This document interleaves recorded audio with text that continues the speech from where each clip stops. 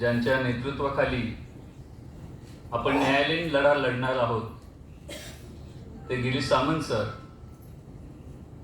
Naik sir, व्यासपीठावर इतर मान्यवर, माझ्या समोर सुद्धा अनेक संस्था चालक, मुख्याध्यापक, शिक्षक आणि शिक्षकेतर कर्मचारी आहेत.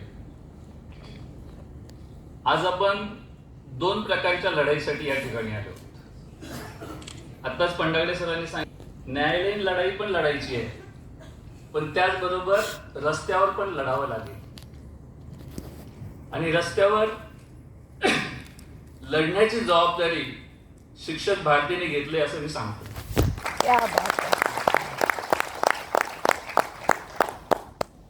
कारण की शिक्षक भारतीचं ब्रीद वाक्यच आहे, शिक्षणाच्या हक्कासाठी आणि शिक्षकांच्या सन्मानासाठी.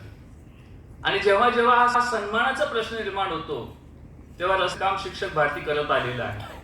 आताच मॅडमने सांगितलं की जेव्हा आपले पगार थांबले होते, आम्ही त्यांना पत्र पाठवलं, खरं मॅडमला त्या ऐकायला तयार नव्हत्या. शेवटी तुमच्या सर्वांच्या मदतीने आम्ही 10-15 जण तिथे पोहोचलो एका मेसेजवर. पण 60-70 लोक तिथे आले, पोलीस आले, म्हणजे आमच्या अगोदर पोलीस हजर होते आणि पोलीस आम्हाला तिथे घेऊन गेले. मी मॅडमला एकच विचारलं की पगार थांबवण्याचे नियम कुठे आहे, कुठे आहे आदेश? गिरीश सामंत सरांनी सांगितलं की नॉलेज गिव्स पॉवर. जर तुम्हाला नीट माहिती असेल तर तुम्ही नीट आर्ग्युमेंट करू शकता. आम्ही त्यांना एवढंच म्हटलं की पगार कोणत्या नियमाने थांबवले ते सांगा. त्यांना ते सांगता आले नाही आणि मग आपले पगार सुरू झाले.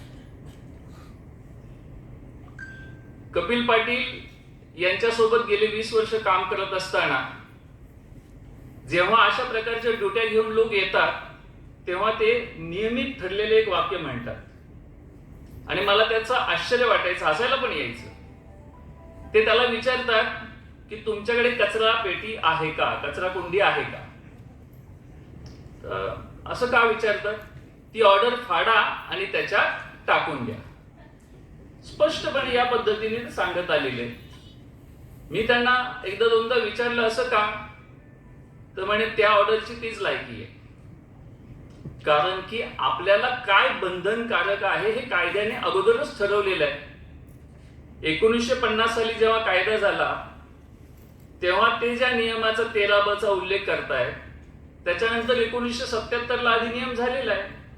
1981 ला नियमावली आलेली आहे आणि त्या नियमावलीने शिक्षकांनी, शिक्षकेतर कर्मचाऱ्यांनी, मुख्याध्यापकांनी काय काम करावं हे स्पष्ट केलंय. आपल्याला प्रत्यक्ष निवडणुकीचं काम करायचं. 2 दिवस ट्रेनिंग आणि 1 दिवस निवडणूक. आपल्याला जनगणनेचं काम करायचंय. आणि जर राष्ट्र संकटात असेल, महापूर आला, जसं कोरोना आलं, अशा युद्ध प्रसंग निर्माण झाला, तर त्यावेळी आपल्याला काम करायचंय. हे आपल्या सेवेच्या शर्तीमध्ये नमूद केलेलं आहे. या व्यतिरिक्त कोणतंही काम आपल्याला करायचं नाहीये. म्हणून अशा प्रकारची ऑर्डर कुठे टाकली पाहिजे? कचऱ्याच्या कुंडीत. गेले 2-2.5-3 महिन्यापासून जे लोक मला विचारतात की या ऑर्डरचं काय करायचं, आम्ही ड्युटीला जायचं की नाही, आम्ही ठामपणे त्यांना सांगत आले, कुणीही जाऊ नका, अजिबात कुणी ड्युटी जॉईन करू नका. FIR म्हणजे काय, गुन्हा दाखल नव्हे. गिरीश सामंत सरांनी जो लढा दिला होता गेले 20 वर्ष, सर आपण तेच पत्र देतोय ना. आतापर्यंत कोणावरही FIR दाखल झालेला नव्हता. या वर्षी पहिल्यांदा अशा प्रकारचा गुन्हा दाखल झालेला आहे. आणि जे पडांगळे सर तुम्ही म्हणत होता ते खरं आहे. हे मिलीजुली सरकार आहे. आपले प्रतिनिधी संस्था चालक आहेत. तेच जर सल्ला देत असतील की जाऊन ड्युट्या जॉईन करा, तर जायचं कुठं? सावंत सर, तुम्हाला आठवत असेल शिक्षण मंत्र्यांकडे आपण सर्वजण बसलो होतो आणि तिथे आपण हा प्रश्न विचारला होता. शिक्षण मंत्र्यांनी आपल्याला उत्तर देताना आश्वासित केलं होतं की मी या सर्व संघटनांना, म्हणजे महानगरपालिका असेल किंवा निवडणूक आयोग असेल, यांना मी पत्र देईन आणि सर्व शिक्षकांना यातून मुक्त करावं, अशा प्रकारचं त्यांनी आपल्याला आश्वासन दिलं होतं. परंतु आता संपूर्ण महाराष्ट्रभर BLO आणि SIR चालू आहे. या संदर्भात आपल्या शिक्षण मंत्र्यांनी एकदा तरी काही मत दिल्याचं, बाईट दिल्याचं ऐकलंय का तुम्ही? नाही ऐकलं. कारण की ते आपले कुटुंब प्रमुख आहेत. शिक्षण विभागामध्ये गुणवत्ता टिकवण्याची जबाबदारी त्यांच्यावर आहे. तर त्यांनी या प्रशासनाशी भांडायला हवं होतं की माझे शिक्षक आहेत, आमच्या शाळा सुरू होत आहेत, गुणवत्ता टिकवायची असेल तर मला माझे शिक्षक वर्गावर हवेत. पण ते बोलत नाहीये. महाराष्ट्रामध्ये 7 शिक्षक आमदार आहेत, 7 पदवीधर आमदार आहेत. घर मिळायचं असतं तर सर्वजण लाईन लावून गेले असते की मला घर पाहिजे म्हणून. पण आपल्या प्रश्नावर हे 14 जण एकत्र का येत नाहीयेत, हा आपल्याला त्यांना प्रश्न विचारावा लागेल. आणि तसा प्रश्न न विचारल्यामुळे ते मोकाट आहेत. आणि म्हणून इथून पुढील काळामध्ये आपल्याला रस्त्यावर लढायचं आहे. ज्या दिवशी डॉक्टर अश्विनी जोशी यांनी शिक्षकांवर FIR काढा म्हणून पत्र काढलं, त्या दिवशी त्यांचा निषेध पहिल्यांदा शिक्षक भारतीने केला. आपल्या कोणत्याही प्रतिनिधींनी त्याचा निषेध केलेला नाही. Yes sir. गेले 15 ते 20 दिवस आम्ही त्यांची भेट मागत आहोत आणि आमचे काही मूलभूत प्रश्न आहेत. त्यातला पहिला प्रश्न असा आहे की माझे शिक्षक जे BLO ड्युटी करतायत, हे ड्युटी करतायत याची नोंद कुठे आहे? तुम्ही जेव्हा ड्युटीवर जाता त्याची कुठं हजेरी वगैरे घेतली जाते का? कुठेच नाही. कारण की आपल्या ऑर्डर मध्ये म्हटलंय की शाळेचे कामकाज करून ते करायचंय. जर मी शाळेचं कामकाज करून ते काम करत आहे तर याची नोंद कुठे आहे? कुठेच नाही. जर माझ्या कर्मचाऱ्याचं काही बरं वाईट झालं तर शाळा काय म्हणेल की ते माझं काम करून गेलेले आहे. आणि तिकडे तहसीलदार काय म्हणेल ते मला माहित नाही कुठे काम करत होते. म्हणजे आपण कुठे काम करतो याची कुठेही नोंद नाही.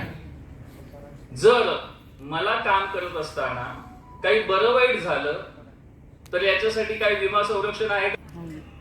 नाहीये. कामाचं मानधन पण नाही. 2 वर्षांपूर्वी केलेल्या कामाचा 1 रुपया सुद्धा मिळालेला नाही. तहसीलदारांना विचारल्यानंतर आम्ही पाठपुरावा करू असं सांगितलं जातं. परंतु कुठूनही समाधानकारक उत्तर आम्हाला कधीच मिळत नाही. आम्हाला तर आमची मॅनेजमेंट वगैरे कोणीही सपोर्ट करत नाही. हीच तर वस्तुस्थिती आहे ना मॅडम. आम्ही जागा रेडी काम केलेलं आहे. खूप लांबून प्रवास करतो. परंतु आमच्या पाठीशी कोणीही उभं नसल्यामुळे आम्हाला नाही हजर मी तुमच्या मुद्द्याकडेच येत होतो.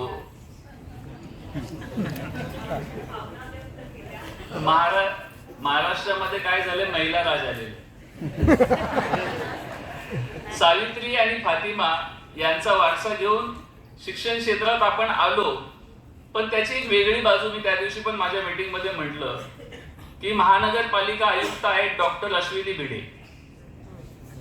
मुंबईच्या महापौर आहेत रितू टावड, आपल्या शिक्षण विभागाच्या अध्यक्ष आहेत राजेश्री शिरवाडकर, ज्यांनी गुन्हे दाखल करायला लावले ते आहेत अश्विनी जोशी. आणि सर्वात जास्त अन्याय सुरू आहे महिला शिक्षकांवर, कारण की 90% महिला शिक्षक आहेत. जोशीबाईंना आम्ही जे पत्र दिले त्याच्यात आमचा हा मूलभूत प्रश्न हाच आहे की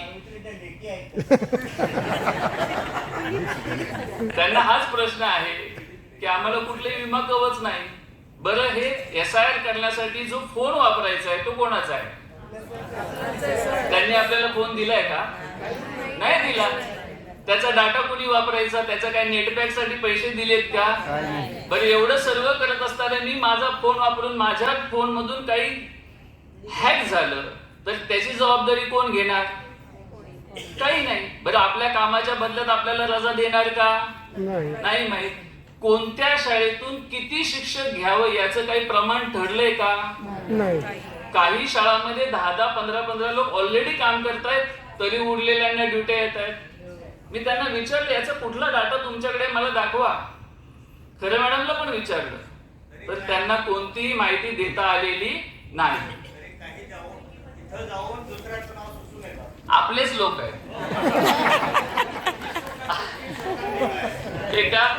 एका शाळेचा एक शिपाई तिथे 3 वर्षापासून काम करतोय.